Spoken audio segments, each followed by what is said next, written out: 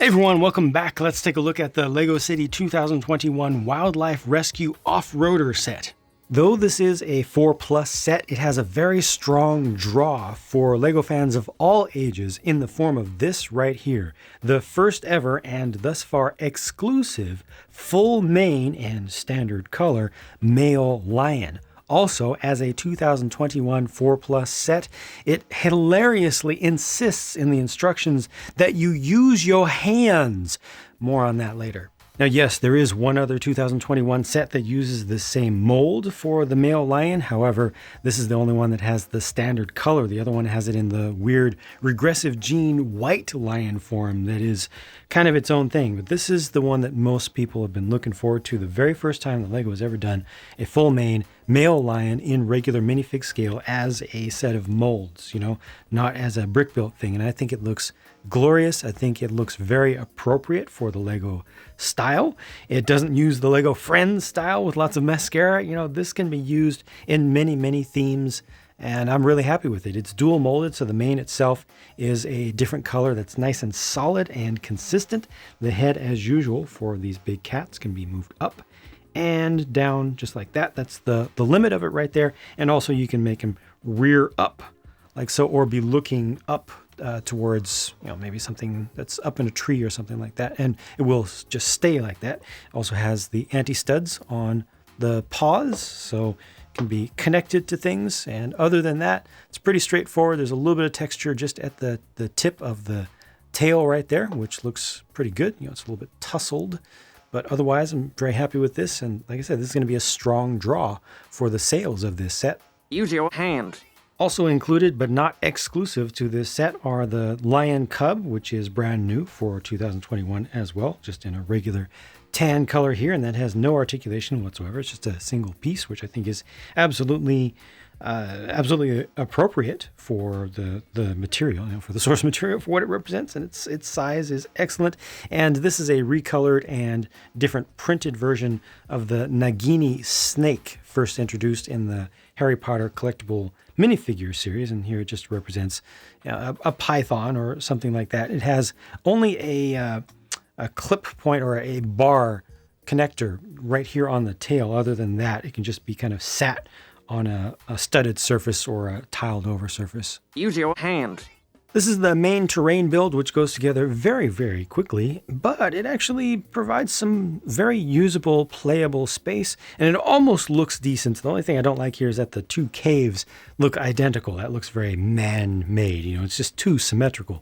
These plates are compatible with the road plate system and other plates that were used, similar plates, larger in size, that were used in other sets from this series to start with. But you've got the lime green, two of those, and then this is dark as you're going down the middle to represent water. And then each of the caves is built with just 3 of the so-called little ugly rock pieces, which don't look so bad here, in my personal opinion. Around the back, it's unfortunate that we get a little bit of that orange is unnecessary. I wish they had just chosen a different color that fit in with this color scheme better.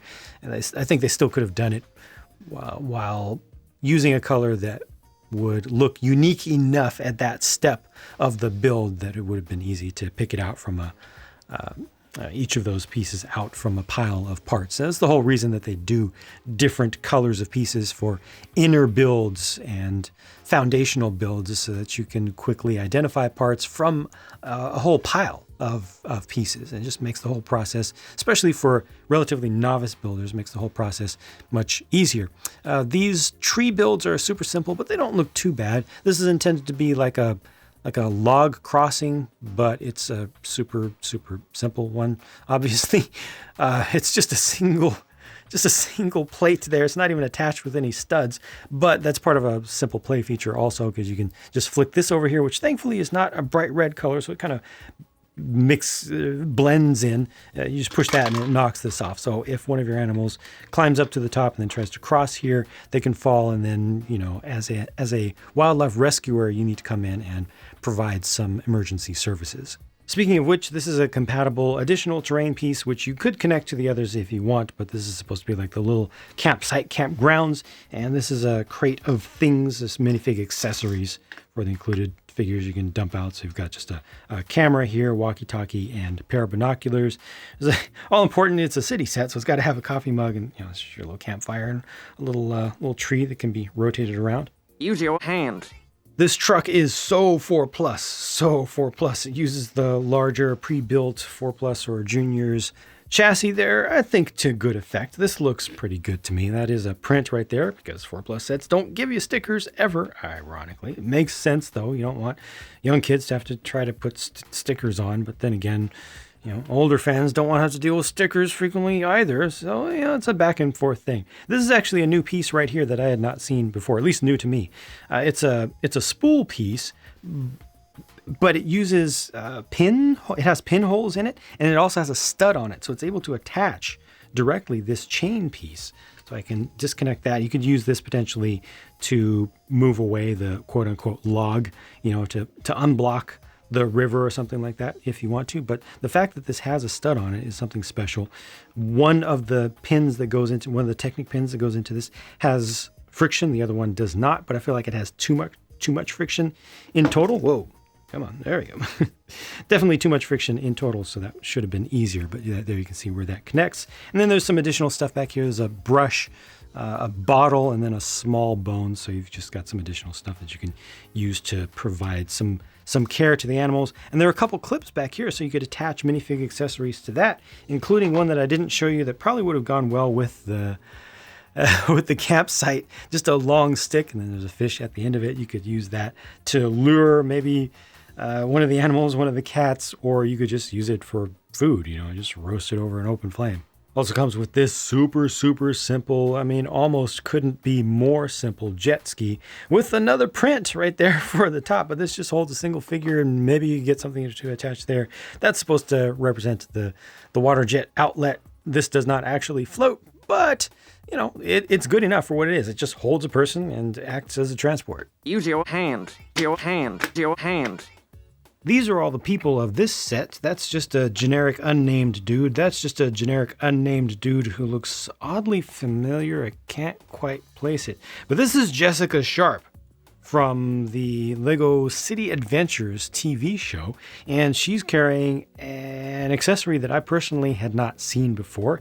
It looks to me like a shepherd's staff, but in this context, it's being used as a snake hook to manage that python or whatever that snake is supposed to represent, and that's in a medium azure color. I would have preferred something not so bright for the scene, but okay, I'll take it.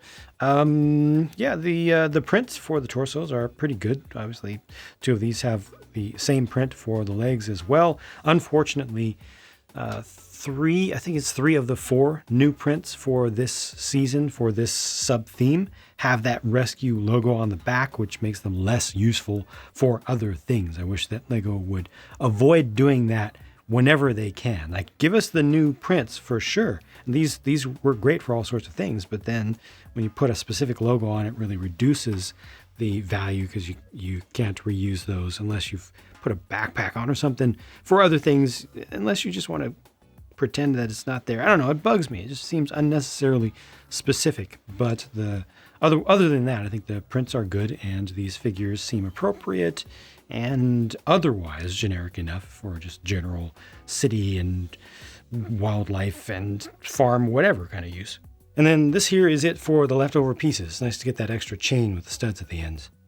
Okay, now let's take a moment to talk about this whole thing, because I've referenced it and it could seem like just one of those reference things that I do that makes sense to me and a handful of other people, but not to most folks. Like, what is going on here? Like, just okay. But no, this is a thing. These are the instruction manuals. There are 3 of them. So here's the 3rd one.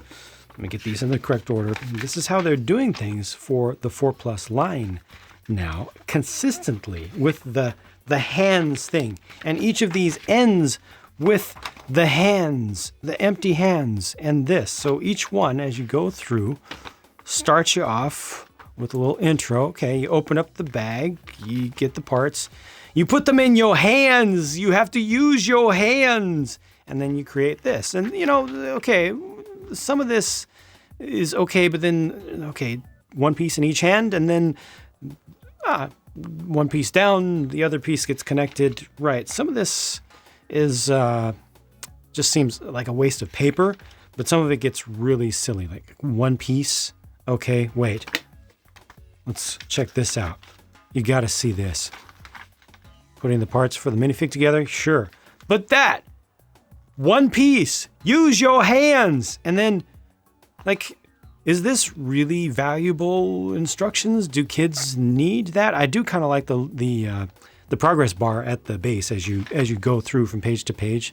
The person moves along, but you take the tires and you use your hands, and then the tires are on, and then you take these two pieces and you use your hands, and that just keeps going like that. And I just find it to be seriously a waste of paper. It's I get it. This is not for me. This is for very young kids. But it's what I use your hands. I don't understand. Let me know what you think about that, because I think it's really weird. Use your hands for this one piece. I paid $50 US for this. Look at me, I'm using my hands. $50 US feels like too much for the amount of stuff that I get here. Forget about the fact that it has just 157 pieces, which makes the price-to-part ratio look absolutely abysmal. Horrible. Forget about that. This is a 4+ set. It uses extra large pieces. You cannot count this entire large 6-wide plus truck chassis that is a single piece as having the same value as a 1x4 tile. Okay? We've got to be reasonable about that. But even so, forget about the price to part ratio. It doesn't mean much of anything, especially in a case like this. The amount of stuff here does not add up to $50. I would give this a solid $35 is what I would want to pay for it. But I could see it going for $40. Because again, you get some larger pieces here, and this animal has more value also than a typical piece, or this typical amount of plastic done with brick builds. I like the animals. I like the design of the set generally. Like I said, just the main terrain build here could have used a little bit of forced asymmetry. Leave the main build alone, but just put one or two extra pieces to just change the shape of the terrain as viewed from the front on one side. This one is this side over here is different from the back, but not so much from the front. So just something to make that look a little bit less man-made. Yeah, would have been better. And then over here with the truck, this is a serious flaw. This is something that definitely should never have made it out into the world. This has way too much stiffness in it, this winch, and it pulls out way too easily as well. And you have to put extra force into it to make it work, and that makes it come apart even more easily. So definitely a miss with that. But otherwise, the set is put together pretty well. It's balanced pretty well. I like the animals. The number of minifigures feels about right for this amount of stuff that you build up here. Yeah, the scenarios, accessories, really, really good. Just really, really overpriced in my opinion. I was still kind of okay with paying that though, because I really need this guy. A lot of people are probably going to look at it the same way, but they need to make this not exclusive soon. Like in the very next release wave, they need to re-release this right here, because people who are just normal consumers and aren't going to be using like Lego Bricks and Pieces or Bricklink or anything like that should not feel like they have to spend $50 on this set specifically to get this lion. I don't like that feeling. I don't like that implication here. So Lego, fix that. Get your good new animals in more sets, better sets with better prices. Give us more options, and then I'll be good with it. I think I will.